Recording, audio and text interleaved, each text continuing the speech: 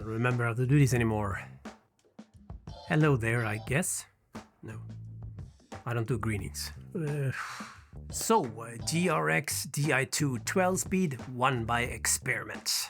I will say just off the bat, if you're really looking for the best possible performing 1x Di2 setup, 12-speed and above, you should probably just wait until that dedicated 1x derailleur will eventually come out. It looks like sometime next year, and it might even have some nice surprises in store, according to the rumors. But if you're impatient like me, there is still a possibility to get a 12-speed GRX Di2 setup with a decent range. At least that was my idea, and that led me to this rabbit hole of trying to modify this 2x specific GRX825 derailleur. In the end, a really simple B-link swap was really all that I needed, but that didn't stop me from trying to do some cage modifications, which all failed miserably in the end, and I even kind of broke the derailleur at one point.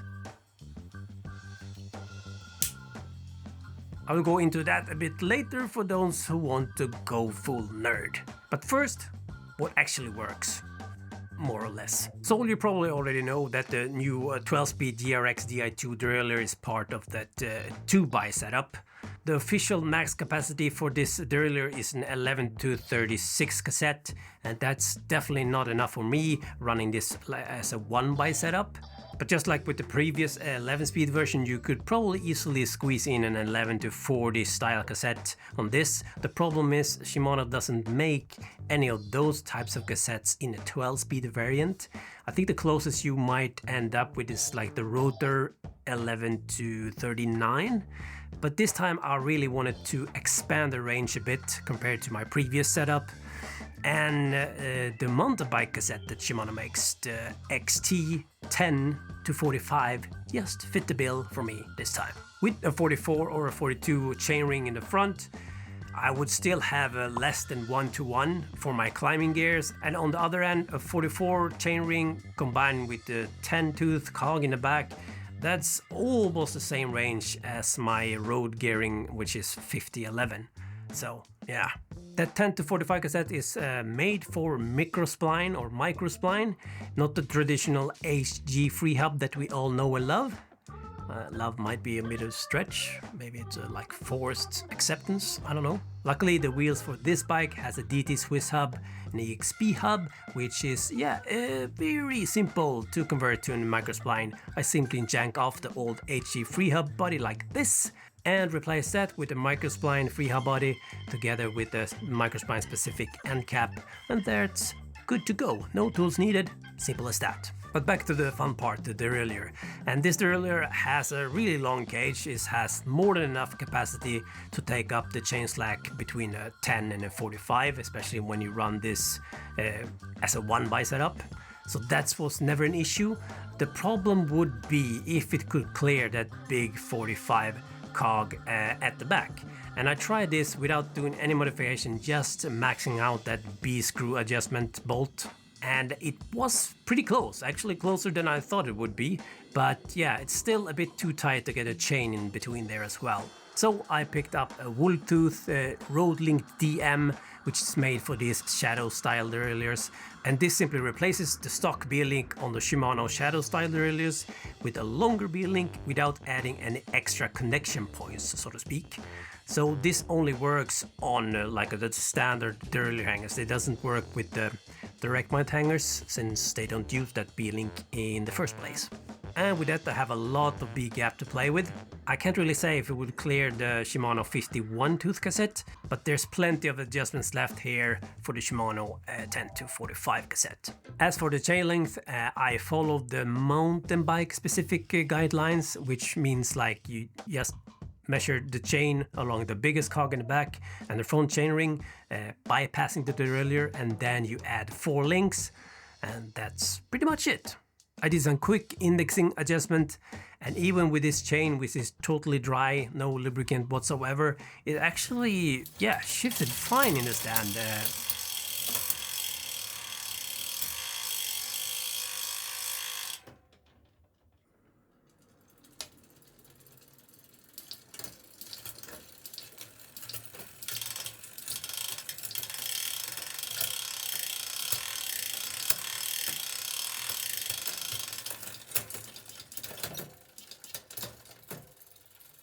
Might be a bit noisy, but yeah, like I said, there's no lubricant on there. But in the stand is one thing. What really counts is how it performs out on the road. So that was the next step. Headed out to a local little nasty gravel climb to see how this performed in the real world. So this first test is a little gravel climb or fire road. It's up to like 50%. It's a good test of climbing on those big cogs. And shifting is very nice, responsive. Definitely not quiet. I wouldn't qualify it as that.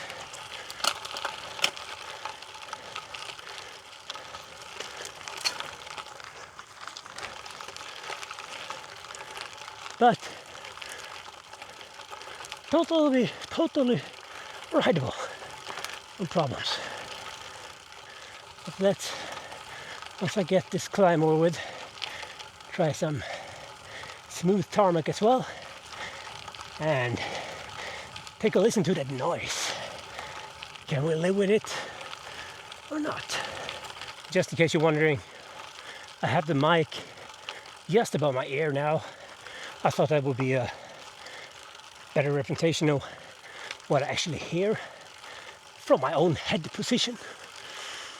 We're on some asphalt again, coming up to the crest of this climb, going downhill a bit. But I mean the downshifts are responsive, no issues.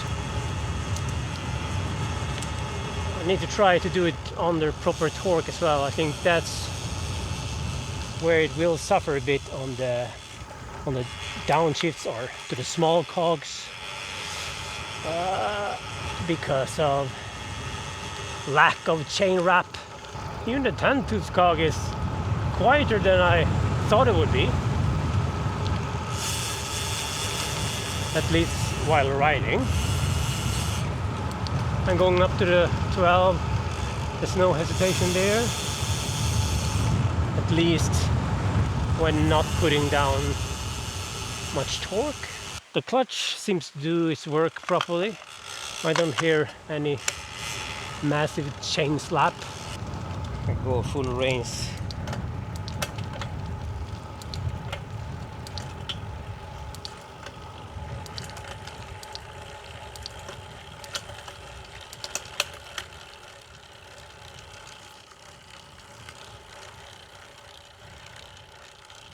Yeah, I think on the biggest cog you can mostly hear the front chainring, which has always been a bit noisy in my experience. Once you go a few cogs down, it's not really that noticeable.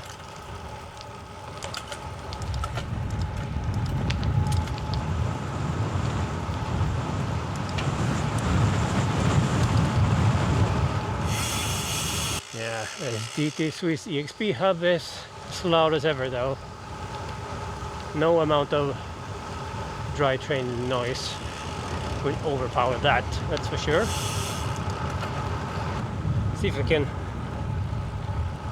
do some shifting under torque on the small cogs, which means I need to actually put in an effort, which is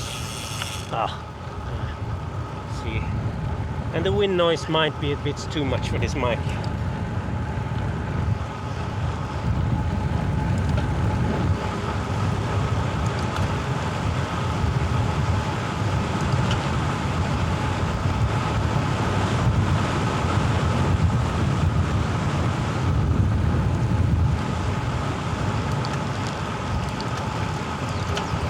Alright, let's try that again. My janky camera jig was rubbing on the tire.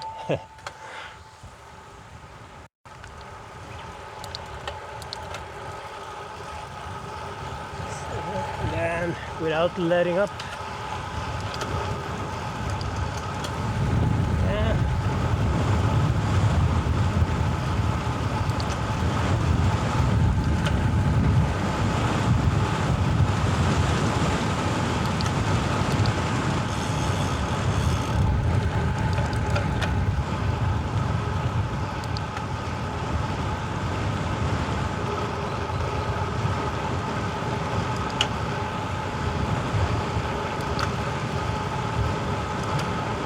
wind was probably a bit too strong there, but my impression is like if you go really hard in, say, the no, not the 11, the 12 tooth cog, and then shift down or up, well, shift to the 10 tooth cog from the 12, can be a bit of a delay. Nothing that kind of breaks the experience for me, but those people who are extremely picky might actually think that's a problem. I will do the same thing but without the clutch on and see if there's any difference there.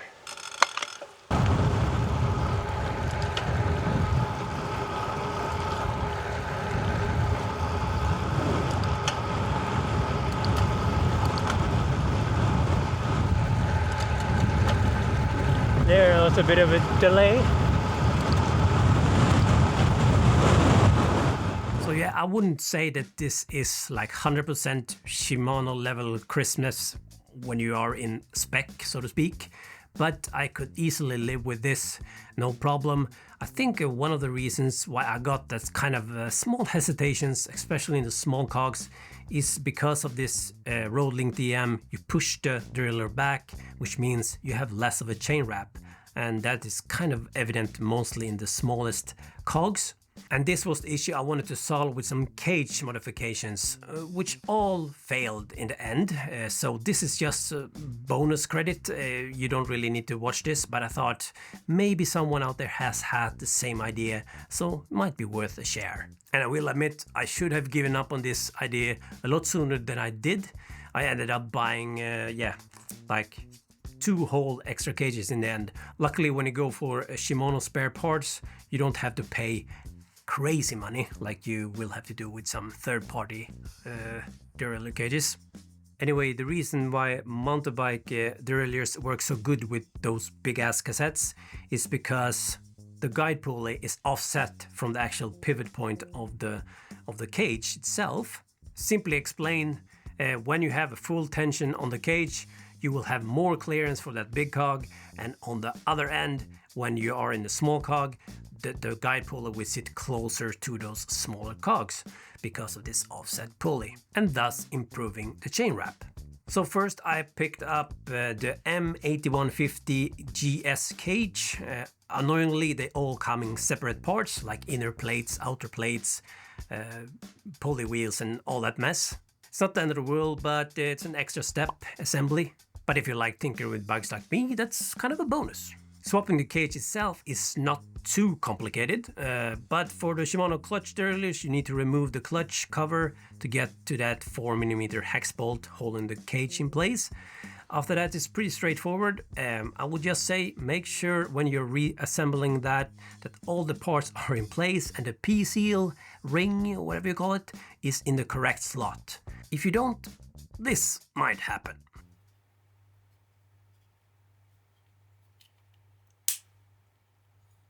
As you can see, I totally mangled the P-seal ring and I kind of bent the spring as well. Luckily, these parts are available as spares, and I actually salvaged that P-seal ring from an old 105 derailleur that uses the same seal ring model or whatever. Shimano makes a few different versions of this P-seal ring, but you can check the Shimano support document website, whatever thingamajig, I will link it down below, where you can cross-check all the part numbers and stuff like that. Anyway, here you can see the big issue with an offset pulley on this 2x specific derailleur. In this position, the pulley will actually touch the linkage of the derailleur. And I really should have given up at this point, but of course I didn't. Instead, I thought if I could just make sure that the right amount of chain length, the pulley would clear that particular position before hitting the linkage, and I would win in life. And if that worked, I would only have to do a little modification on the cage stopper. So on the bike, I actually made this happen. Only problem was the chain had to be so long that the cage didn't have enough capacity to take up the slack in the small cogs. So surely this is where I gave up. No, I didn't. I just needed a bit more chain slack capacity, right? So I ordered the M8000 GSG, the long cage one, thinking that now I'm golden. I got this down, baby. But back on the bike, it dawned on me, adding a longer cage with the same chain length meant that I didn't clear that crucial position where the guide pulley touches the linkage. And extending the chain again just kind of meant that I was back where I started. Even with the longer cage, adding a few links to the chain just meant I didn't have enough chain slack capacity. It was just dangling there. Very sad. And that's when I finally gave up on this whole idea. So, yeah. So the last few rides I just been using the standard cage with the Roadlink DM, and that has been fine. I still think I will jump on that proper 1x derailleur as soon as that gets released. This works for now though. And for all you people that are raging behind your keyboards now and saying, what's wrong with 2x, yada yada yada. There's definitely nothing wrong with 2x. I still run 2x on my titanium custom road bike there, and I don't see myself changing that to 1x anytime soon. But I have two bikes and I really want them to be two different experiences of riding. I mean, I think the exact same bike gearing setup and everything, just with some wider tires, is not really enough for me. It's not about 1x versus 2x, it's just how fun can we have? And I have fun with both. Just different kind of fun. Now, fun is pretty much the same, but the way we get there is different. And whatever. I think I end it here because I don't remember how to do this properly. So next time, hopefully we'll be back saving some grams. Otherwise, yeah, see what happens. Catch you in the next one. Peace. Luckily, my wheels for this bike is an luckily the wheels for this bike has 1x setup. Oh fuck. Probably. Maybe. In the meanwhile, you can check my Slayerogram channel. I've been having a lot more fun there doing bite-sized stuff, and you don't have to look at my ugly face either.